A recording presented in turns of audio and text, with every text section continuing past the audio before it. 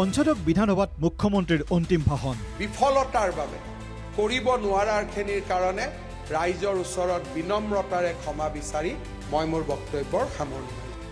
অসমীয়া জাতিৰ ঘনঘোৰ অন্ধকাৰৰ মাজত ৰাজনীতি কৰিছোঁ। যোৱা 5টা বছৰত তেজৰ চেকুৰাবিহীন অসম উপহাৰ দিছোঁ। বৃহস্পতিবাৰে অন্ত পৰিল অসম বিধানসভাৰ চলিত বাজেট অধিৱেশনৰ।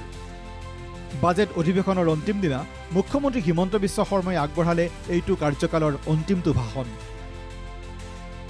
মুখ্যমন্ত্ৰীৰ ভাষণত আছিল তমসাৰ পৰা পোহৰলৈ উত্তৰণৰ এক যাত্ৰাৰ আৱেগিক সময়ৰ কথা।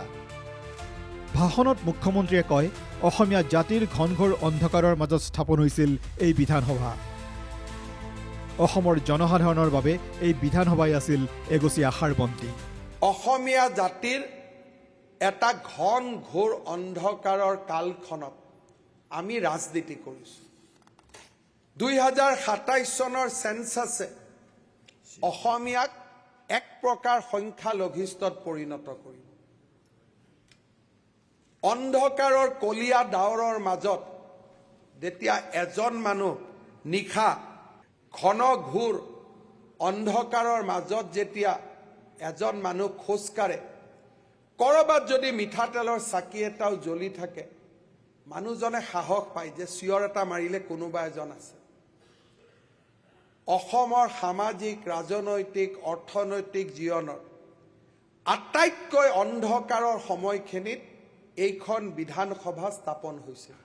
আমি বুজিয়েই নাপালো কেতিয়া শংকৰ আজান হ'ল, কেতিয়া লাচিত বাঘ হ'ল। আমি মিৰি সন্দিকৈ পাহৰি গলো শৰাইঘাটত যুঁজ কৰা। আমি হৰনাথ নৰনাথক পাহৰি গলো আৰু মাধৱদেৱ, দামোদৰদেৱ, হৰিদেৱক পাহৰি গলো। ক'ব নোৱাৰাকৈ আমাৰ জাতিটোৰ মাজত পৰাধীনতা, আত্মগ্লানিৰ ভাৱেৰে আমাৰ বুৰঞ্জীও নতুনকৈ লিখাৰ প্ৰচেষ্টা হ'ল। আজি যোৱা 5টা বছৰত আমি কিমান কৰিব পাৰিছোঁ আমি নাজানো, কিন্তু অন্ধকাৰৰ ৰাস্তা দি মাজ দিশা খোজকাঢ়ি যোৱা মানুহজনৰ মনতো এটা মাটিৰ চাকিৰে আমি আশাৰ বন্তি গছি জীয়াই ৰাখিবলৈ চেষ্টা কৰিছোঁ।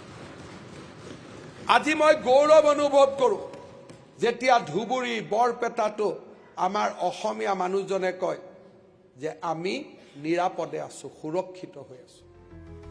দুৰ্যোগপূৰ্ণ সময় অতিক্ৰম কৰি এক ইতিবাচক বাতাবৰণ সৃষ্টি কৰিবলৈ চেষ্টাৰ ত্ৰুটি নকৰা মুখ্যমন্ত্ৰী হিমন্ত বিশ্ব শৰ্মাই কয়, এই চৰকাৰে যি পৃষ্ঠভূমি নিৰ্মাণ কৰিলে অসমে এতিয়া আৰু পিছলৈ ঘূৰি চাব নালাগে। অসমে এতিয়া চকু ৰাখিব মাউণ্ট এভাৰেষ্টৰ প্ৰতি।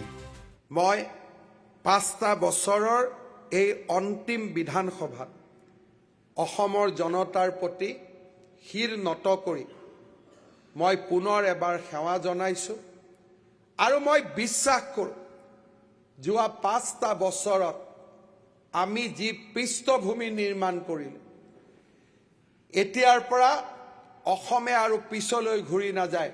অসমে মাউণ্ট এভাৰেষ্টৰ ফালে চকু ৰাখিব আৰু আমি আমাৰ যাত্ৰা অব্যাহত ৰাখিম। যোৱা 5টা বছৰত তেজৰ চেকুৰাবিহীন অসম উপহাৰ দিবলৈ চেষ্টা কৰিলে হিমন্ত বিশ্ব শৰ্মাৰ নেতৃত্বাধীন চৰকাৰখনে। এই 5টা বছৰে সন্ত্ৰাসবাদৰ নামত কাৰোবাৰ মৃত্যুৰ বেদনাই আহত কৰা নাই জনসাধাৰণক। আমি অসমত যোৱা 10 বছৰত এটাও বোমা বিস্ফোৰণ নোহোৱাকৈ, এটাও গুলীকাণ্ড নোহোৱাকৈ, এজন আৰক্ষীৰো মৃত্যু নোহোৱাকৈ, এজন সেনাৰো মৃত্যু নোহোৱাকৈ আৰু এজনো অসমীয়া যুৱকৰ তেজ মাটিত পৰিব নিদিয়াকৈ আমি 5টা বছৰ পাৰ কৰিলোঁ। যিখন অসমৰ ধেমাজিত বোমা বিস্ফোৰণে শিশুক নিৰ্মমভাৱে হত্যা কৰিছিল, আৰক্ষী, সেনাবাহিনীৰ মৃতদেহে আমাক আমনি দিছিল, আলফাই হওক বা সাধাৰণ যুৱক যুৱতীয়ে হওক, মৃত্যুৰ বেদনাই আমাক আহত কৰিছিল। সেইখন অসম আমি 5টা বছৰ পাৰ কৰিলোঁ উইদাউট এনি কেজুৱেলিটি। পঞ্চদশ বিধানসভাৰ অধিৱেশনৰ অন্তিম ভাষণত মুখ্যমন্ত্ৰীয়ে স্মৰণ কৰিলে ভাৰতৰত্ন গোপীনাথ বৰদলৈক। গোপীনাথ বৰদলৈৰ আদৰ্শৰ কথা স্মৰণ কৰি মুখ্যমন্ত্ৰীয়ে কয়, জাতিক প্ৰবঞ্চনা নকৰা বিধানসভা হিচাপে ইতিহাসৰ পাতত খোদিত হ'ব এইখন বিধানসভা। মই ভাবোঁ যে এই বিধানসভাই যি ধৰণে অসমৰ ইতিহাসে লোকপ্ৰিয় গোপীনাথ বৰদলৈক শ্ৰদ্ধাৰে সোঁৱৰণ কৰে, আমি তাৰ ওচৰে পাজৰে যাব নোৱাৰোঁ। গোপীনাথ বৰদলৈৰ ওচৰে পাজৰে যোৱাৰ আমাৰ শক্তি নাই, কিন্তু তেওঁৰ পদাংক অনুসৰণ কৰি আমি জাতিটোক প্ৰবঞ্চনা নকৰাকৈ, জাতিটোক আমি বিত্ৰে নকৰাকৈ, জাতিটোৰ কাৰণে সংগ্ৰাম কৰা আমি এখন বিধানসভা হিচাপে অসমৰ ইতিহাসত আমি নিশ্চিতভাৱে উজ্বলি থাকিম। তাক মই আজি দৃঢ়তাৰে সৈতে ক'ব পাৰোঁ। ভাষণৰ মাজতে শাসক বিৰোধীক অভিনন্দন জনালে মুখ্যমন্ত্ৰীয়ে। যোৱা 5টা বছৰে বিধানসভাৰ সদস্যসকলৰ দিহা পৰামৰ্শই সদনৰ কাম কাজ চলাই নিয়াত সহায় কৰা বুলি ব্যক্ত কৰিলে মুখ্যমন্ত্ৰীয়ে। বিৰোধী দলপতি দেৱব্ৰত শইকীয়াৰ অনুপস্থিতিটো তেওঁৰ শলাগ লয় মুখ্যমন্ত্ৰীয়ে।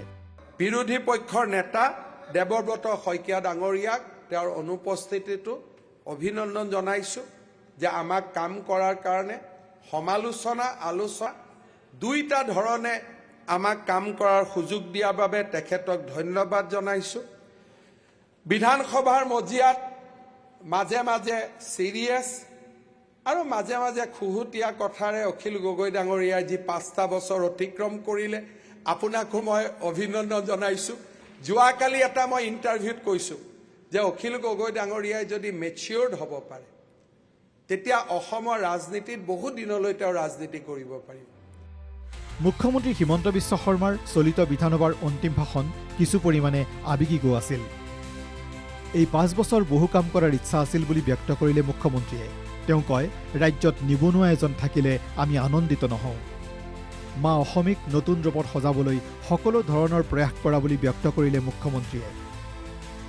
শেষত ৰাজ্য চৰকাৰৰ অবাঞ্ছিত ভুল ত্ৰুটিৰ বাবে বিধানসভাৰ মজিয়াত অসমৰ জনসাধাৰণক ক্ষমা মাৰ্জনা বিচাৰিলে হিমন্ত বিশ্ব শৰ্মাই। বহুত কাম কৰাৰ ইচ্ছা আছিল।